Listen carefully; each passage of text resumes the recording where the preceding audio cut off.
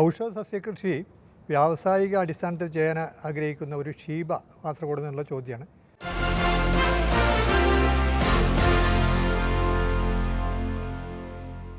അവർ ഇപ്പോൾ പച്ചക്കറി ചെയ്യുന്നുണ്ട്. എന്തൊക്കെ മുന്നൊരുക്കങ്ങളാണ് ചെയ്യേണ്ടത്, വിത്തുകളും തൈകളും ഇവിടെ നിന്ന് ലഭിക്കും എന്നാണ്, ഏതൊക്കെ ഇനങ്ങളാണ് തിരഞ്ഞെടുക്കേണ്ടത്. ഇത് ഔഷധ സസ്യകൃഷി സാധാരണഗതിയിൽ മറ്റ് കൃഷികളെപ്പോലെ പരിഗണിക്കാൻ പറ്റില്ല. ഒന്ന്, ഇതിന് മാർക്കറ്റ് കണ്ടെത്തണം. മാർക്കറ്റ് കണ്ടെത്തിയതിന് ശേഷമേ കൃഷിയിലേക്ക് ഇറങ്ങാവൂ. മാർക്കറ്റ് കണ്ടെത്തുക എന്നെങ്കിൽ ഔഷധങ്ങൾ ഉൽപ്പാദിപ്പിക്കുന്ന കമ്പനികളെ സമീപിക്കണം. അതല്ലെങ്കിൽ അവർക്ക് മരുന്നുകൾ സപ്ലൈ ചെയ്യുന്ന ഏജൻറ്റുമാരുകളുമായിട്ട് ബന്ധപ്പെടണം. അതല്ലെങ്കിൽ അങ്ങാടി മരുന്ന് കടകളുമായിട്ട് ബന്ധപ്പെടണം. അങ്ങനെ ഇതിൻ്റെ ഒരു മാർക്കറ്റ് ഉറപ്പ് വരുത്തിയതിന് ശേഷം ഏതാണ് ചെയ്യേണ്ടത് ആ കൃഷി ചെയ്യണം. അത്തരം ഔഷധങ്ങൾ അതും പ്രാദേശിക അടിസ്ഥാനത്തിൽ ഇപ്പോൾ ജലം ഇല്ലാത്തടത്തിൽ ചിലത് പറ്റില്ല, കണ്ടമാനം വരൾച്ചയുള്ളിടത്തിൽ പറ്റില്ല. അതൊക്കെ പരിശോധിച്ചുകൊണ്ട് ഇത് പറയും. മൊത്തത്തിൽ ഇതിൻ്റെ ഉത്തരം പറയൽ ഇതാണ് ഇതിൻ്റെ പ്രയാസങ്ങൾ. അതിനെല്ലാം പരിഗണിച്ചുകൊണ്ടുള്ള കൃഷിയാണ് ഔഷധ സസ്യ കൃഷിയിൽ ചെയ്യേണ്ടത്. പിന്നെ ഇതിൻ്റെ തൈകൾ ഇത്തരം ഔഷധ സസ്യങ്ങൾ വിൽക്കുന്ന കേന്ദ്രങ്ങളുണ്ട്, നഴ്സറികളുണ്ട്. പ്രത്യേകിച്ച് തൃശ്ശൂരിലും പട്ടിക്കാടും ഒക്കെയുള്ള അത്തരം നഴ്സറികളെ സമീപിക്കണം. തിരുവനന്തപുരത്തുണ്ട്, വയനാട്ടിലുണ്ട്. ഔഷധ സസ്യങ്ങൾ മാത്രം കൃഷി ചെയ്യുന്ന വിൽപ്പന നടത്തുന്ന നഴ്സറികൾ, അവരെ സമീപിക്കേണ്ടതാണ്. ഏതൊക്കെ ഇനങ്ങൾ എന്നുള്ളത് പ്രാദേശികമായിട്ട് ചിന്തിക്കേണ്ടതാണ്.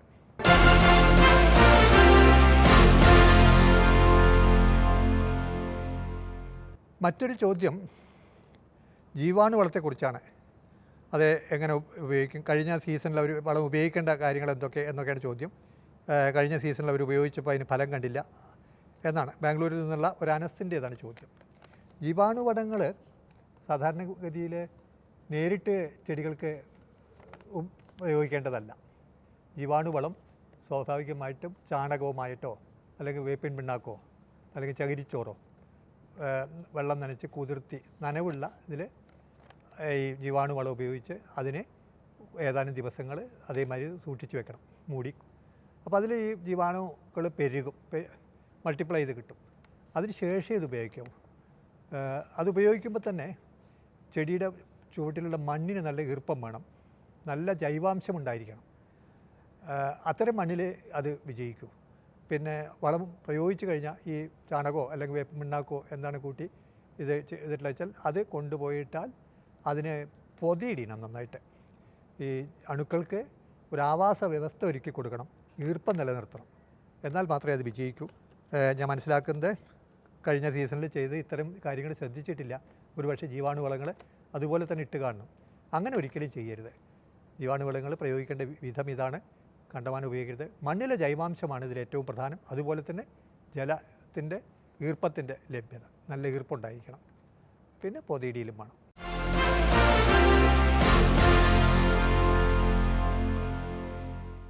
കരിമ്പ് കൃഷിയെ പറ്റിയുള്ള ചോദ്യം. കരിമ്പ് കൃഷി തുടങ്ങുന്ന സമയം നല്ല തട്ടത്ത സ്ഥലം, വർഷത്തിൽ വെള്ളം കെട്ടി നിൽക്കാൻ പാടില്ല. ഒരടി കയത്തിലുള്ള ചാലാക്കുക, ആണി മറിച്ചിൽ ഒരു വാഴക്കോട്ട് വീതിയിൽ വിസ്താരം, അത് ആണിയെടുത്ത് മറിച്ച് നല്ല വൃത്തി ചവിട്ടി ഒപ്പിച്ച് ചാറാക്കി നല്ല വൃത്തിക്ക് ചവിട്ടി ഒപ്പിച്ച് വൃത്തിയാക്കുക. അതിനുശേഷം കരിമ്പ് ആണി ചൊല്ലി ലേശം ഒരടി ഒരു ചുട്ട ആണി കളിച്ചിടുക. എന്നിട്ട് ഒരു അരുന്ന് ഒരു ഭാഗത്തേക്ക് മറിക്കുക.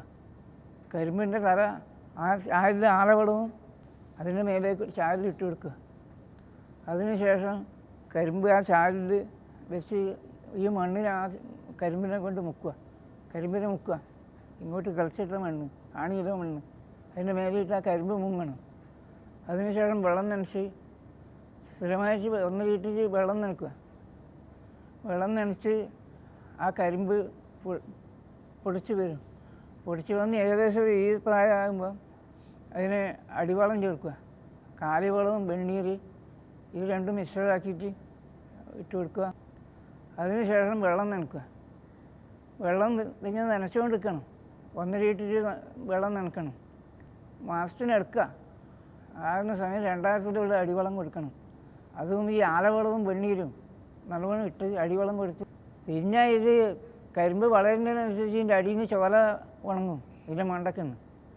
ആ ചോല പൊളിച്ചിട്ട് നീക്കാൻ നോക്കണം. കുംഭമാസം ആദ്യത്തോളം ഇതിൻ്റെ മൂപ്പായി, പിന്നെ അത് വിളവെടുക്കേണ്ട സമയമായി മകരം കുംഭത്തിൽ.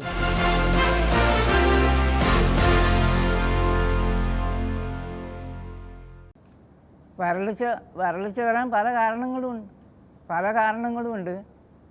ഒന്ന്, നമ്മുടെ ഭൂമി എങ്ങനെയുണ്ടോ തിരിഞ്ഞു മറിഞ്ഞ് വന്നു. കുണ്ടും കുയ്യായിട്ടും മണ്ണെടുത്ത് ഇതായിട്ടും കുണ്ടും കുയ്യായിട്ടും ഭൂമിയെ വെട്ടിമുറിച്ചു. പല വിധത്തിലുള്ള മാറ്റങ്ങളും വന്നു. അതുകൊണ്ട് വരൾച്ച കുറേ ജാസ്തിയായിട്ട് വരുന്നു. അതുപോലെ തന്നെ മരങ്ങളെല്ലാം, നമ്മുടെ നാട്ടിൽ നിന്ന് മരങ്ങളെല്ലാം പോയി. അതിനനുസരിച്ച് പുതിയ മരമൊന്നും ഒരൊറ്റ വെച്ച് പിടിപ്പിക്കുന്നില്ല.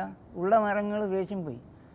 അതുകൊണ്ടാണ് ഈ വരൾച്ച, കൂടുതൽ ചൂടും വരൾച്ചയും വരാൻ കാരണം എന്നാണ് ഞാൻ വിശ്വസിക്കുന്നു. അതിനനുസരിച്ച് കാലാവസ്ഥയും മാറുന്നു. ഓരോ കൊല്ലം കഴിയുന്നതിനും മഴ കുറഞ്ഞു വരികയും ചൂട് കൂടി വരുന്നൊരു കാലഘട്ടമായി മാറി. അത് പ്രധാന കാരണം ഈ മരങ്ങളെല്ലാം പോയതിൻ്റെ പേരിലാണെന്നാണ് വിശ്വസിക്കുന്നത്.